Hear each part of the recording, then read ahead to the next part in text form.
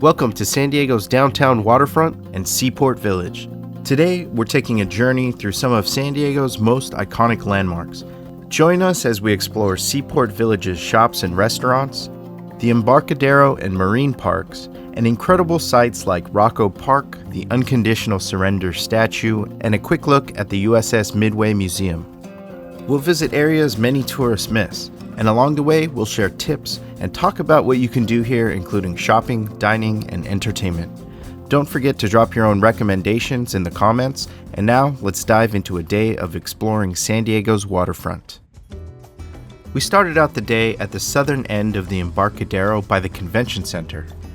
This area is called the Embarcadero Marina Park South, and here you'll find the Seaport basketball courts, a fishing pier, a Joe's Crab Shack, and the Rady Shell at Jacobs Park. There's also a popular stand here that serves burgers, bait, and beer. This is also where the Coronado Ferry lands, right by the Convention Center. We filmed this right around the time that they were setting up for Comic-Con, and you can see some of the decorations that they were preparing. If you'd like to see my tour of Comic-Con this year, I'll put a link in the description. Walking north along the Embarcadero, you can see the marina here where yacht and boat owners dock their vessels. This is also a great place to explore on bike. San Diego is a bike-friendly city with bike paths all around downtown San Diego. From the Convention Center, a short walk north leads to Seaport Village. Seaport Village is one of the main features of downtown San Diego's waterfront. It's a family-friendly shopping, entertainment, and dining district. The southern end is called the Seaport Village Lighthouse District. Here you can find your favorite beverage to enjoy in the promenade while listening to live music. There's a little bit of everything here, from ice cream to fashion and even booking a tour. This is one of the Old Town trolley stops and where you board for the Seal Tour, which is a tour that takes you around San Diego Bay, both on land and in the water. I haven't been on this tour yet, but it looks like a lot of fun. If you've taken the tour, let us know how it was in the comments. Continuing north, you'll reach the Embarcadero Marina Park. Here you'll see vendors, street performers, and artists. With plenty of great deals on souvenirs, it's a fun place to explore. And here's one of the main entrances to Seaport Village, and a great place to take pictures. The boardwalk here has a nice sandy area with public seating where you can sit down and enjoy the view. Or you could pick up a kite here at this shop and try it out at the park.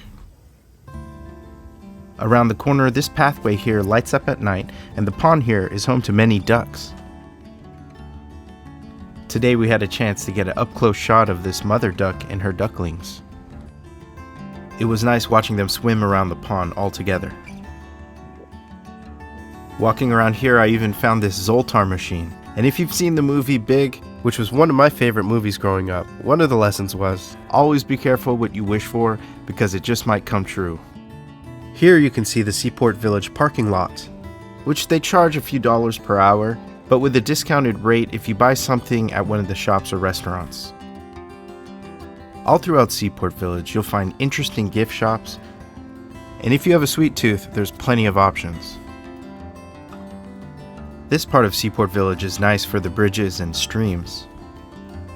But one of the best parts is simply walking down the Embarcadero, enjoying the views, and seeing the world go by. We stopped here to get our fortune read by Blackbeard the Pirate. This area of downtown has an interesting history. Years before this was a shopping center, this area was a shallow bay called La Punta de los Muertos, or Dead Man's Point.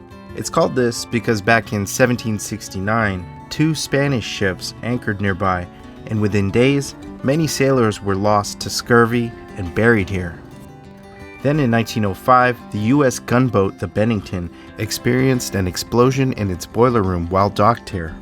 It claimed the lives of 66 crew members. The event is commemorized by the USS Bennington Memorial at Fort Rosecrans Cemetery in Point Loma. By the 1930s, train tracks lined Harbor Drive, and the city grew quickly.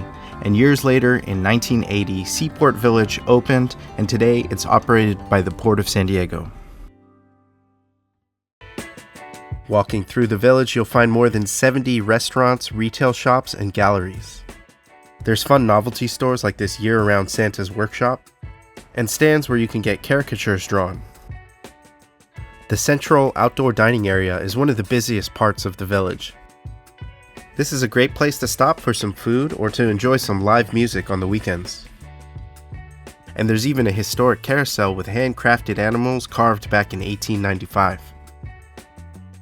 And dining options include everything from seafood to Italian, Mexican food, hamburgers, Cajun food, and much more. And many of the restaurants overlook the San Diego Bay, giving you an option to dine with a view.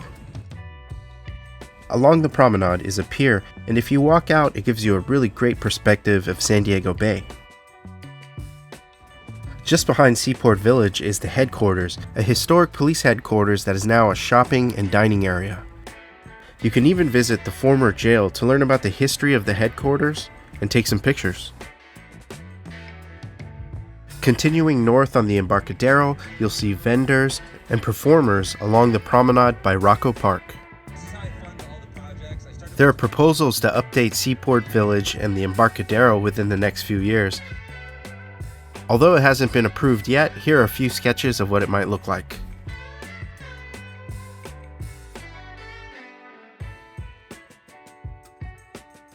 Continuing on past Tuna Harbor, you'll find the USS San Diego Memorial.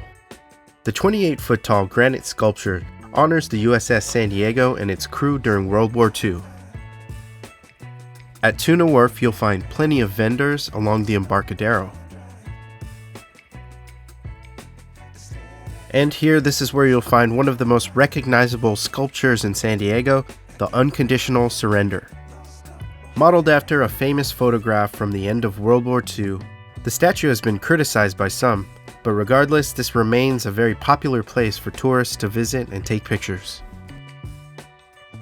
A few steps away is the National Salute to Bob Hope and the military. Bob Hope was a legendary comedian and entertainer and performed in hundreds of USO events since 1941. Here you'll find 15 life-size bronze statues arranged as if attending a Bob Hope show. Each figure represents a serviceman from a different conflict. And the most recognizable of all is the USS Midway Museum. The USS Midway was the longest-serving aircraft carrier active from 1945 to 1992. It opened as a museum in 2004 and now attracts over 1 million visitors per year. Admission includes a self-guided audio tour where you can explore the ship and hear stories narrated by former Midway sailors. The Midway hosts hundreds of events every year, and it's been the subject of many network television shows. If you enjoyed the video, please give it a thumbs up, and for more travel and adventure content about Southern California and beyond, please consider subscribing. If you want to learn about the top things to do in San Diego, click this video right here, and I'll see you in the next one.